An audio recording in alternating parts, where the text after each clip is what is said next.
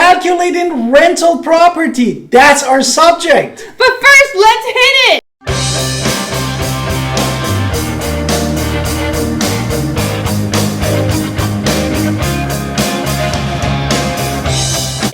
Hi, this is Alan Victoria. Welcome to our channel. And if this is your first time in our channel, you wanted to know everything about Greenville, Winterville, Pitt County, all the way to Raleigh, please subscribe in our channel and get notified when we put a new video for you. Honestly, we get calls, texts, and emails all the time from people like you looking to buy a home, buy your first home, buy your second home, buy your third home, calculate the rent investment process. We do get a lot of investors who call. It's just what it is. So that's why we're making this video. But you can feel free to call me anytime. I really do helping everybody, and so does my husband. And we are here to help you. So with that, let us kick it. This is our number. Yes.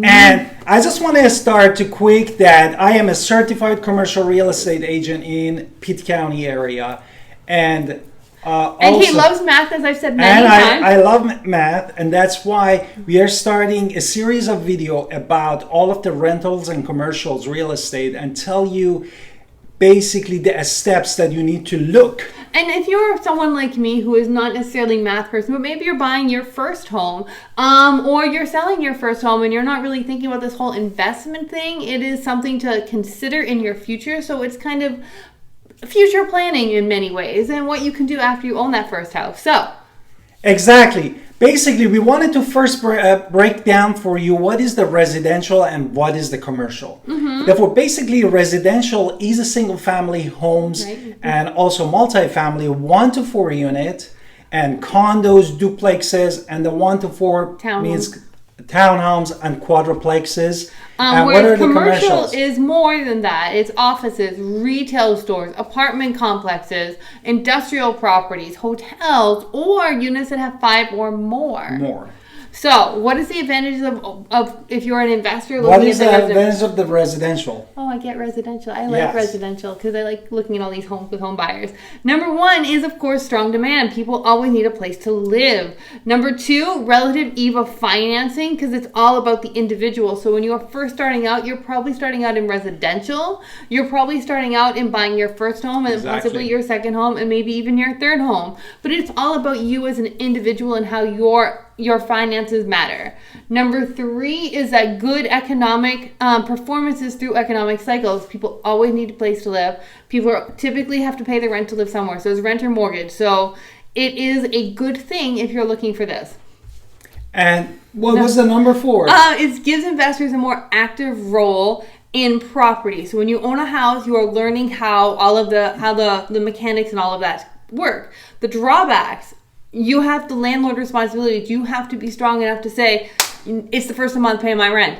And pretty much you have to be strong about that. And number 2, there is increased investors in competition because investors all want to buy rental property. So you are facing competition. And this is when we're dealing with people who are buying their first time home buyers. This is where people get so frustrated as those beginner investors because they're showing up and they are buying these properties, and this is where the frustration lies for these people who are buying their first home or second home or whatever. They want to buy a house for themselves to live in. So, but I mean, it's still a good and financial opportunity for you, even if you're just buying your first home, to think about these things in the future. So let's move on to what it is. Let's say advantage of the commercial. Basically, you have larger rental income or higher return.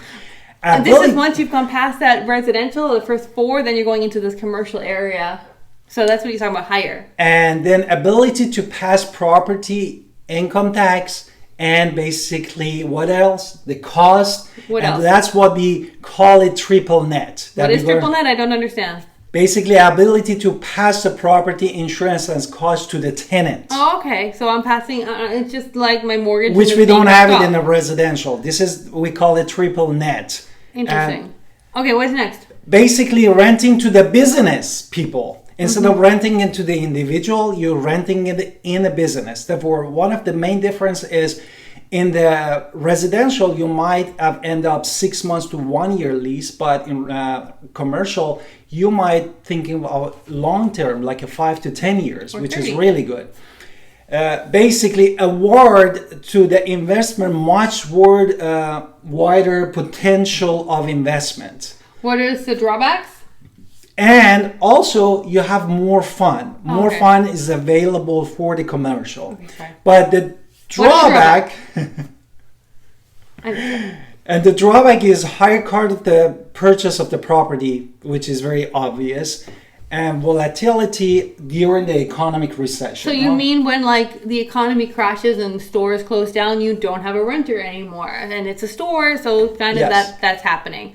I understand. Okay, what is And one more thing that I wanted to add, this advantage to the commercial, you have the ways to increase the value to your commercial real estate, which we are very limited for residential. Okay, so what do I have to equip myself with? What's the right tools? Therefore, that's what we wanted to talk about. We need to equip ourselves with the right tool and understand the measure a strategy that help us toward searching and purchasing an investment property and identifying the profitable property for us and our portfolio. And that was actually really interesting to me, his classifications, because I'm going ahead. But anyway, Yes. Let's talk about the classification. You want to do that now? Therefore, yes. Oh, yay. Before we go there, first you should know about the property class, which is super important. How many property classes? there are now 3. I learned this. So there's A, B, and C. So it's Yes. easy. I can understand ABCs, and so can you, right? And this is him. Okay, so for investors, it's important to really consider what each class represents and the risks and returns of these Exactly. classes. Using a different class can understand how much profitability you're going to get, and Exactly. where the profit fits in your strategy for investment, such as your return, the amount of risk, the willing to accept to achieve returns. So Class A, what is Class A? Basically, Class A is highest quality of the building. Basically, you are talking about the very new properties, less than 15 years old. And you have the top amenity, you have the higher income earning tenants, and low vacancy, because this is very important. Okay, basically these are well located within the market of where, and this is where the highest demand is, and you're going to have little deferred maintenance because we went to newer. So new typically has warranties, so you're not really worrying about lots of stuff going wrong in the house. What is the Class B? Class B is older, lower income tenants that might have some deferred maintenance issues. So yes, you might be getting this property super cheap, $90,000, but there's a lot of maintenance involved with that. So there's a cost to you. So the higher priced properties will have your mortgage is going to be more, but you're going to get paid even more than that mortgage. Where Exactly. Here, when we're looking at lower income in B, there still is profitability there, but you have to factor in maintenance. What is C? Class C basically is a property that more than 20 years old and they are located in less desirable location. Generally needs renovations and like infrastructures and has lowest rental income. Right, so this is Class C is honestly where the fix and flippers come in, and that's a different video, because they're going to turn that ugly property into something that's livable again. But still, it's a Class C because it's older and you still have maintenance issues even if they flip it. So remember, you want to calculate all your GRM when you are looking. Therefore, my wife had it true. Therefore, the first thing that we wanted to talk about in this video it's GRM. is GRM, one of the tools, because we were talking of collecting of the tools for you. And I have to tell you, this morning when he said GRM to me, I said, that's like ABC. What do you mean? That was our conversation downstairs. Because again, this is something I will defer but I went, what do you mean? And then he explained, and this is what he's going to say. GRM basically is Gross Rental Multiplier or Gross Revenue Multiplier. Okay, and what does that mean? And then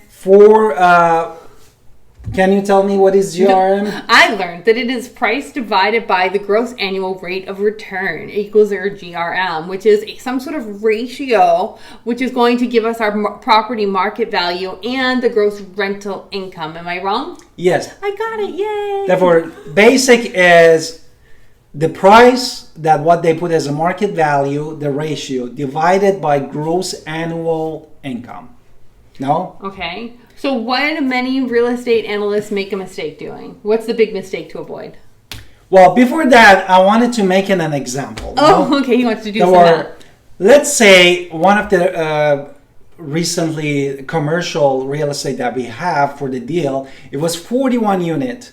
that basically I wanted to make an example of that. Let's say you are purchasing 41 units and you understand that you have 38,000 income per month, and the property, the sticker price for the property is $4 million. Therefore, basically what you do, you look at this gross amount of the income, and also you can increase this income with something like a parking, charging people for parking, coin laundry, and a storage. Okay. And let's say this property has 2,000 worth of these three items, and it came to the 40,000. Therefore, when you get the ratio of the 4 million divided by 40,000, you get 10%. Huh. So when I was renting back in the day and I had to put clothes in laundry, that was extra for them. Sorry, I made a mistake. Basically, 40,000 times 12 months, because we were talking about 12 months. Therefore, it's going to be $480,000, and 4 million divided by 4,080 is going to be 8.33. 8.33 is just number. There's no percentage. It's just and is 8.33 good or bad? Therefore, we're going to talk about that later. Okay. But what is important that also we need to talk about it is where I can get that income. It comes from simply rent roll. Can you tell what is the rent roll is? Rent roll is going to be how much people are paying monthly, and it should be something that your agent should be able to get for you. If you cannot get that because they are hiding it from the selling agent is hiding it, which does happen, then you're going to have to calculate it a different way. How do I calculate it if I don't know it? Basically, if you don't have, you need the boots in ground. That's what we call it in the real estate. You need to do some market search, drive with your car around that neighborhood, and get all that neighborhood, what is the property is renting for. And then exactly get the market search and find out the comps for the average rent in that local area. Now, if the selling agent is well versed in commercial real estate, they're going to give us that rent roll. It's going to tell us who the tenants are, their payment history, the security deposit, how long they've lived there, the expiration of the leases. So we should be able to, even if we don't know, even if they just mark it A for now when we're looking at it, can an A, B, C, D, E, F, G all the way to Z, that's fine. But as long as we understand the rest so we can understand the math. Okay, therefore, as my wife said, if we get it, we get in the rent roll, which is very good. And what is really that my wife question would, can be GRM can be used what does that mean? A matrix. What does it mean? I don't understand. You got me to 8.3 and I don't understand. I'm sorry? You got me to 8.3 and I don't understand. Basically, many people and many of the analysts, they were looking at it and say, hey, based on my analysis, real estate analysis, they think that the GRM is the main factor. And basically, they think the profit that they get from the GRM is a good metric for you to understand how long does it take for you to pay off on that commercial or rental property that you are purchasing. But you think this is right? I don't understand. No. Therefore, the important is no. No. Because we need more factors, which we are calling them net operating income or NOI. And we're going to cover it in another video, but short is what is net operating income brings. Basically, it gives you how much profit you get net. Basically, it takes out all of the operating cost from your number. That could be utility, could be maintenance, could be management, could be repair cost and vacancies. Therefore, when you have that, then you can calculate that how long does it take for you to pay off your loan by this income that you have. Okay, let's go back to that 8.3. What is GRM and how can I use this random number you threw at me? I don't understand. What does it mean? Is that good or bad? I don't know. As I said, many people, they make mistake that they think GRM is the best, one of the best metric that you can basically evaluate the property. But in reality, GRM is a quick screening tools for you as an investor to determine if the property is worthy for further investigation. Okay, so Therefore, is 8 a good number? Is it good or bad? You therefore, said, what is it? lower GRM is better profitability. Therefore, it is exactly opposite. So if you have a two, lower would be GRM, you have more profitability. So if 8 means it's, I guess, okay, whereas 2 is amazing and 10 would be bad, is that what we're saying? No, it's not. Everything is relative, actually. There is no bad or good, but lower GRM is better. And by comparing GRM between different class and couple of the properties that you have in that area, basically you save time without basically digging into all the finance of everyone.